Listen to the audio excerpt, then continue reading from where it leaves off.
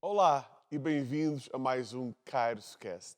Eu, Pastor Ruben, dou-lhe as boas-vindas a este tempo precioso de estudo das Escrituras e juntos vamos ser guiados pelo Espírito Santo ao descobrir verdades bíblicas. O tema de hoje é absolutamente desafiante: o mistério da ressurreição. Sim, o tema é o mistério da ressurreição. Muitas vezes nós assumimos apenas isto como um facto na nossa fé e pouco gostamos de meditar ou de estudar acerca do mistério envolto à ressurreição. Será que a ressurreição de Jesus é um facto histórico? Será que a ressurreição de Jesus é um mito? Será que a ressurreição de Jesus é um embuste? Será que devemos apenas aceitar a ressurreição pela fé? Ou é-nos permitido investigar e fundamentar com argumentos reais que a ressurreição de Jesus, de facto e de direito, aconteceu? Vamos ler, em primeiro lugar, o que diz aqui o relato do livro de Lucas, no capítulo 24, do verso 1 até o verso 7. Mas, no primeiro dia da semana, alta madrugada, foram elas ao túmulo levando os aromas que haviam preparado. E encontraram a pedra removida do sepulcro, mas ao entrarem, não acharam o corpo do Senhor Jesus. Aconteceu que, perplexas a esse respeito, apareceram-lhe 2 varões com vestidos resplandecentes. Então, elas, possuídas de temor, baixando os olhos para o chão, eles lhe falaram: porque buscais entre os mortos o que vivo está? Ele não está aqui, mas ressuscitou. Lembrai-vos de como vos preveniu, estando ainda na Galileia, quando disse: importa é que o Filho do Homem seja entregue nas mãos dos pecadores, seja crucificado e ressuscite ao terceiro dia. Lucas refere neste relato vários personagens que estão enquadrados num espaço de tempo, os primeiros momentos do episódio da ressurreição. Este episódio tem inspirado ao longo de séculos a arte para relatar aquilo que aconteceu. Para além dos quadros românticos que nós conhecemos, o que é que realmente aconteceu neste dia? O relato dos Evangelhos, dos 4 livros do Novo Testamento, falam conjuntamente de 2 factos. Sim, 2 factos. Primeiro é que o túmulo ficou vazio. Segundo é que Jesus apareceu.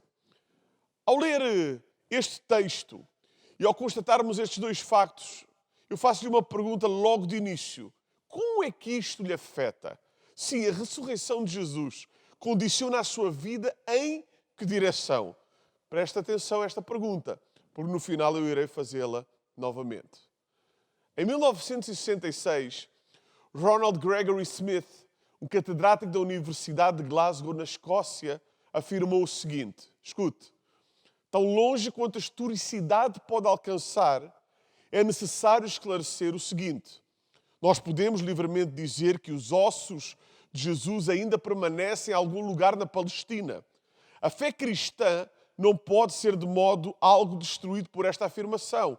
Pelo contrário, apenas agora que isto é referido, estamos em condições de perguntar pelo significado da ressurreição como parte integral da mensagem concernente a Jesus. Contrariando esta declaração do Dr. Gregory Smith, eu lembro que Paulo afirmou algo extremamente diferente no livro de 1 Coríntios, no capítulo 15, no verso 14. Paulo diz: e se Cristo não ressuscitou, é vã a nossa pregação e é vã a nossa fé. Então podemos dizer da seguinte forma: porque Cristo ressuscitou, temos fé e então podemos pregar o Evangelho. Deixe-me dar-lhe um alerta muito importante. Cuidado, sim, muito cuidado, porque fé não é fideísmo. Fideísmo é uma doutrina religiosa que prega que as verdades metafísicas, morais e religiosas, como por exemplo a existência de Deus, como por exemplo a justiça divina após a morte, como por exemplo a imortalidade, só são compreendidas por meio da fé. A ideia central do fideísmo é que questões religiosas não podem ser justificadas por meio de argumentos ou provas, mas apenas pela fé. E, na verdade, o fideísmo acaba por ser uma desculpa para a falta de fé. Porque a fé, segundo o autor de Hebreus, ela é o fundamento, o firme fundamento, sim, a certeza daquilo que existiu, daquilo que se espera. Vamos aprender um pouco sobre o mistério da ressurreição. Diante da ressurreição, ou do evento da ressurreição, existem três posturas racionais. Primeiro, uns acreditam e podem comprovar a sua historicidade. Segundo, uns negam por completo o evento da ressurreição. Em terceiro lugar, uns alegam parcialmente, dizendo que acreditam no impacto da ressurreição, mas negam a realidade histórica. Dizem que a ressurreição não pode nem ser afirmada nem negada e por isso deve ser aceita pela fé. Outros espiritualizam o facto do que aconteceu, mas negam o facto histórico, apenas acreditando na ressurreição como um fato simbólico ou espiritual. No século XIX, um teólogo alemão, debaixo desta corrente iluminista e racionalista que estava impetrante na Europa, afirmou que a ressurreição era subjetiva, apenas teria acontecido no imaginário dos apóstolos, nas suas cabeças, completamente afastando a noção de um milagre. Após a decepção da morte de Jesus, sim, os discípulos teriam criado esta fábula. Depois deste tipo de pensamento vieram outros homens, teólogos tal como Rudolf Bultmann, que diziam que a humanidade contemporânea não podia aceitar mais os escritos mitológicos da Bíblia. E criaram um exercício de desmitologização, onde tudo o que não era histórico e não poderia ser provado era considerado então como um mito, onde a ressurreição era apenas a continuação da pregação de Jesus após a morte. A ressurreição seria apenas o catalisador para a pregação das boas novas, embora Cristo permanecesse morto. Ele permaneceria vivo pela pregação da palavra. Mas o Evangelho, sim, escuta, o Evangelho não pode nem deve ser jamais compartimentado num apêndice pós-moderno, numa tentativa de adequar o Evangelho às categorias existenciais. Porque se assim fosse, o Evangelho perderia o seu valor religioso e apenas sobraria uma boa filosofia de vida. O maior sinal físico da ressurreição é o túmulo vazio. O túmulo vazio é a marca histórica. Mas será que existem outras evidências? Provas históricas? Ou apenas ficamos no nível da fé? Sim, porque isto pode ser bastante perigoso, porque se ficamos apenas no nível da fé, cada um pode afirmar o que quiser, desde que seja aceito pela fé. Outros podem acreditar no que quiserem, desde que também seja aceito pela fé. Porém, em ciência, tem de haver um método de investigação, de pesquisa científica para validar os factos. Porém, a falta de provas não significa que o evento não ocorreu e que nem pode ser investigado. Então, se nós queremos nos aproximar e fazer uma abordagem séria ao mistério da ressurreição, quais os métodos certos, quais as formas corretas para sabermos ou não, provarmos ou não, até cientificamente, se a ressurreição tem veracidade factual. Neste caso falamos sim da metodologia histórica. Procurar na história argumentos históricos, tal como se faz com todos os outros eventos, com todos os outros períodos da história. Por exemplo, Alexandre o Grande na Índia. Como é que eu provo que Alexandre Grande esteve na Índia? Será que isso é um facto? Ou será que isso é apenas um mito? Hoje, falando da ressurreição, não podemos entrar num laboratório. Não nos podemos munir de provas forênsicas. Não podemos chamar sequer as testemunhas atuais, presenciais, as oculares. Já se passaram mais de 2000 anos. A realidade histórica da vida de Jesus não pode ser questionada. Jesus existiu sim. Por isso não se podemos questionar se ele existiu ou não. Apesar de existirem relatos diferentes, nós sabemos que de facto Jesus existiu. Está documentado em milhares de documentos históricos. Isto coloca mais em causa quem o descreveu, mais do que aquele que realizou. Durante muitos séculos no passado, era comum ter um conjunto de valores em que o sobrenatural e o metafísico eram um fator determinante. Apesar de existirem pessoas hoje em dia que não creem em milagres, fruto sim do humanismo filosófico, do período iluminismo. mas na apuração dos factos verdadeiros, no método científico, sempre nós vamos do particular para o geral e não o contrário, pois basta uma exceção para anular a regra geral. O milagre começa quando as opções humanas e científicas estão totalmente esgotadas. Sim, estamos a falar do mistério da ressurreição. E basta nós encontrarmos uma prova histórica para poder argumentar que, de facto, verdadeiramente, Jesus ressuscitou. Vamos voltar já de seguida. Nesta Páscoa, queremos que usufrua de algo muito especial, o Wallpaper Páscoa 2020. Este wallpaper para smartphones é uma declaração profética sobre a sua vida. Cada vez que olhar para o seu ecrã, você será lembrado de uma grande promessa de Deus. 1000 cairão ao meu lado e 10.000 à minha direita, mas eu não serei atingido por mal algum. Usufrua de imediato desta oportunidade. Para baixar a imagem para o seu dispositivo móvel, basta clicar no link abaixo deste vídeo. A todos desejamos uma Feliz Páscoa. Estamos de volta e estamos a falar sobre o mistério da ressurreição. Vamos juntos analisar algumas provas históricas da ressurreição de Jesus. Como eu disse anteriormente, o facto é que Jesus viveu. E outro facto que nós temos é que ele foi crucificado numa cruz, morreu e colocado numa tumba e a tumba ficou vazia misteriosamente. Vamos ver alguns factos históricos que comprovam exatamente a veracidade daquilo que acabámos de afirmar. Primeiro, a Bíblia, sim, está testemunhado na Bíblia. A Bíblia também é considerado cientificamente um livro histórico. Não é absolutamente um livro histórico, mas é também considerado como pertencente à categoria dos livros que relatam a história da humanidade. Está registrado não somente nos primeiros 4 livros do Novo Testamento, os Evangelhos, mas a ressurreição de Jesus também está relatada em outros livros, como cartas de Paulo e cartas de Pedro. Então nós temos o testemunho da Bíblia. Segundo lugar, nós temos os escritos históricos da Antiguidade. Documentos que foram escritos por homens fora do ciclo dos seguidores de Jesus. Nomeadamente estou a falar dos historiadores Flávio Josefo, o grande historiador judeu. Estou a falar de Tácito, o grande historiador romano, que falaram sim da morte de Jesus, do sepultamento de Jesus e do facto que a tumba está vazia. Luciano de Samosata, um satirista do século II, faz menção ao facto que Jesus também morreu, foi sepultado e a tumba estava vazia.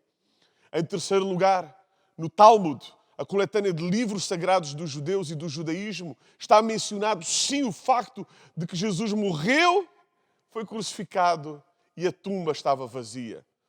Em quarto lugar, o Telodot e a Shu são documentos judeus compilados contra o cristianismo que falam que os discípulos teriam criado um complô para poder retirar o corpo da tumba. Mas os factos estão lá, que Jesus morreu, foi crucificado e o túmulo ficou vazio. Escute, em quinto lugar, foi descoberta na Nazaré em 1878 uma pedra com inscrições. Essa pedra está guardada até aos dias de hoje na Biblioteca Nacional de Paris. Foi datada do ano 41 depois de Cristo. Então, sensivelmente 8, 10 anos após a morte e a ressurreição de Jesus. Estas inscrições na pedra seriam um documento ou de Tibério César ou de Cláudio César que penalizava quem fosse encontrado a vandalizar uma tumba. Penalizariam aqueles que teriam más intenções para benefício próprio e a pena capital seria a pena de morte.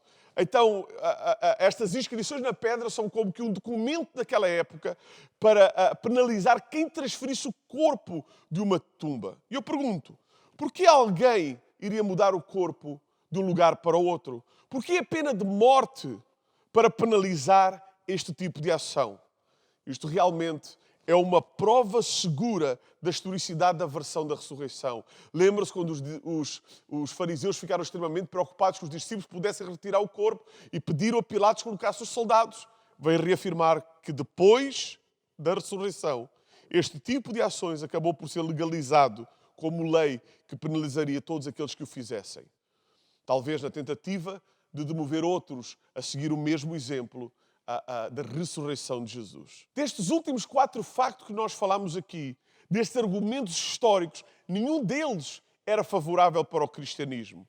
No entanto, nenhum destes 4 factos, estou a falar do Talmud, estou a falar da pedra, estou a falar do Toledot, estou a falar dos escritos históricos, nenhum deles sugere uma lenda, mas todos mencionam a morte, o sepultamento e o facto que o túmulo está vazio. Agora sim, vamos então ao método onde vamos poder analisar algumas premissas. Primeiro, Jesus, sim, morreu na cruz. É o facto histórico, como nós analisamos nestes documentos históricos, de que eles referem que Jesus morreu na cruz. Em segundo lugar, o outro facto histórico pelos documentos, o túmulo estava vazio. Nós já dissemos aqui, tornamos a afirmar que há documentos e vários documentos históricos que afirmam que a tumba ficou vazia. Em terceiro lugar, aquilo que nós chamamos do critério da atestação múltipla. Isto é o quê? Por vezes nós pensamos que a Bíblia, o livro que nós carregamos nas nossas mãos, foi escrito num só momento ou num só evento, onde os apóstolos e os escritores sentaram-se numa mesa redonda e decidiram compilar num só dia, e um grande editor por detrás de todos os escritos organizando a narrativa bíblica. Mas os seus relatos, suas histórias, a escrita da Bíblia é proveniente de várias fontes independentes e diferentes. Sim, existem discrepâncias bíblicas, mas escute, as discrepâncias bíblicas são exatamente a prova substancial das diferentes e independentes fontes. Nos diz que não existem testemunhos forjados, que não houve nenhum arranjo artificial dos relatórios. As contradições não são relativamente aos factos, mas sim aos detalhes. Mas não houve ninguém editando estes testemunhos. Os escritos não foram feitos para criar argumentos a favor da ressurreição. São testemunhos inalterados, texto autêntico e real. E em quarto lugar, estes textos autênticos e reais, como eu estou a dizer, de modo algum forçam a ideia da ressurreição.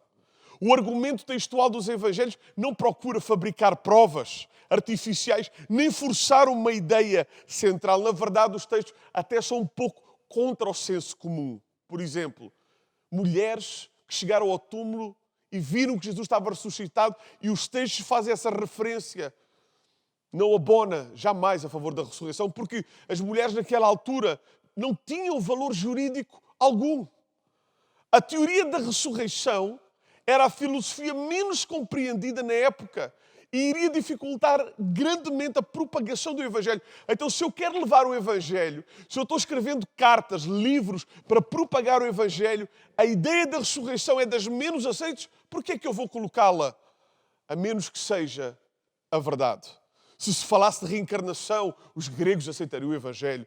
Se falasse da sublimação da alma, os estoicos poderiam aceitar este Evangelho. Se falasse da morte física, muitos provavelmente também abraçariam o Evangelho, teriam o apoio. Mas falar de ressurreição, muitos poucos homens, tirando os seguidores de Jesus, tinham um entendimento acerca da ressurreição. Lembra-se do exemplo de Paulo, quando ele está a falar do Evangelho para os gregos em Atos, capítulo 17, versículo 32, quando a Bíblia diz que ele começou a falar do Evangelho, eles estavam a aceitar o Evangelho. Quando Paulo menciona a ressurreição, eles disseram: espera aí, Paulo, volta amanhã para a gente depois discutir um pouco melhor. Imediatamente, falando de ressurreição, eles rejeitaram o Evangelho. Em quinto lugar, os mitos, porque há quem diga que é um mito, escute bem, os mitos levam tempo para se desenvolver e os discípulos não tiveram assim tanto tempo. A ressurreição jamais poderia ter sido um mito. Um mito tem que nascer, ele tem que maturar, ele tem que se estruturar. Leva dezenas, se não centenas de anos para formar um mito. Muitas gerações. Tal como lendas de Aquiles ou lendas de Cádimos. Estes factos que talvez aconteceram num determinado dia com alguns tipos de homens entraram em estágios mitologizados. Então geraram estas lendas e as histórias ficam cheias de contradições fundamentais. Na narrativa da ressurreição, neste momento da história de Jesus, não há quaisquer contradições fundamentais. Não há contradições quanto à época, não há contradições quanto ao local, nem quanto à forma, nem quanto aos intervenientes. São uns pequenos detalhes que vem exatamente reafirmar aquilo que foi dito, que a história não foi fabricada. Paulo, em menos de 20 anos, sim, ele afirma o seguinte em 1 Tessalonicenses 1, no capítulo 10. Em menos de 20 anos, em menos do tempo que Jesus é morto e ressuscitado, ao momento que ele escreve 1 Tessalonicenses, ele diz: e de esperar dos céus o seu Filho, a quem ressuscitou dentre os mortos, a saber, Jesus Cristo. Paulo diz-nos claramente, em 1 Coríntios, no capítulo 15, que a ressurreição foi um evento palpável, testemunhado por ele, Paulo, por Tiago, por Pedro, pelos apóstolos e mais de 500 pessoas. Ele diz no texto, se alguém tem dúvida que isso aconteceu, procure uma dessas testemunhas. Que tremendo. Então não podia ser jamais um mito. Há quem diga, e a hipótese de sumir o corpo? Bem, vamos pensar de uma forma racional. Quem lucraria com o corpo desaparecido? Os judeus? Não, isso não faz sentido, porque eles foram os primeiros a pedir para Pilatos selar a tumba e colocar soldados para ninguém tirar o corpo. Os soldados romanos teriam tirado o corpo. Não faz sentido. Porque eles tinham que manter a ordem, a disciplina no território. Quem criasse confusões, quem incitasse aos problemas, poderia ser julgado severamente por Roma. Então não haveria vantagem nenhuma para os romanos removerem o corpo. Foram os discípulos. Eu pergunto, fossem eles, será que eles estavam dispostos a sofrer tudo aquilo que eles sofreram de uma forma gratuita, sustentando uma mentira, a mentira da ressurreição? Sem obter qualquer tipo de lucro, sim, porque aquilo que a história nos diz é que quem mantém o embuste tem diretamente algo para lucrar. Mas estes homens lucraram o quê? Morte? Perseguição? Sofrimento? Sexto lugar, será que a ressurreição, para além do mito, foi uma alucinação? Deixa-me que lhe diga, os discípulos não eram loucos. Estudando psicologicamente padrões de alucinações, nós vemos que elas acontecem esporadicamente. Aqui, ali. A Bíblia diz claramente que após a ressurreição Jesus caminhou 40 dias com os seus discípulos. 40 dias caminhando. Como se mantém uma ilusão durante 40 dias, subindo e descendo toda uma nação para trás e para a frente e curando milhares. Segundo a Pedro 1,16, diz: porque não vos fizemos saber a virtude e a vinda do nosso Senhor Jesus Cristo, seguindo fábulas artificialmente compostas, mas nós mesmos vimos a sua majestade. Pedro está a dizer, não, eu não estou a ir atrás de fábulas, não, eu não estou a ir atrás de histórias que foram criadas de uma alucinação, não. Eu vi Jesus pessoalmente, eu estava lá quando ele morreu, quando ele foi sepultado, e nós sabemos que o Mestre ressuscitou. Pedro, sim, Pedro, foi crucificado de cabeça para baixo, afirmando as suas convicções. As fábulas das alucinações, deste delírio coletivo mental dos discípulos e dos seguidores, só apareceu no século II. Sim, criado pelos gnósticos de Alexandria, onde eles criaram textos inventando mentiras, falácias, dizendo que as multidões estavam presentes no sepultamento e eram multidões que estavam vigiando o sepulcro, o sinédrio, os fariseus estavam presentes. De repente vieram seres enormes que removeram a pedra, a cabeça desses anjos alcançava até ao céu. Deixe que eu lhe diga, puro exagero, relato fictício, completamente contrário ao cânone do Novo Testamento. Em sétimo lugar, lembre-se que os discípulos de Jesus não estavam mentalmente predispostos para aceitar a ressurreição. Eles não entenderam as palavras de Jesus anteriores. Eles nem reconheceram a Jesus quando Jesus apareceu. Então eles não estavam prontos para reencontrar Jesus. Sim, eles estavam céticos à ressurreição. Ao contrário dos inimigos, ao contrário dos fariseus que pediram para selar a tumba, os discípulos não acreditavam que Jesus ia ressuscitar. Eles não estavam à espera do Mestre. Eles se fecharam no cenáculo com medo, planeando um retorno para a Galileia. Sim, esta era a predisposição dos discípulos. Eles estavam contrários à ressurreição. Voltamos já de seguida do mistério da ressurreição.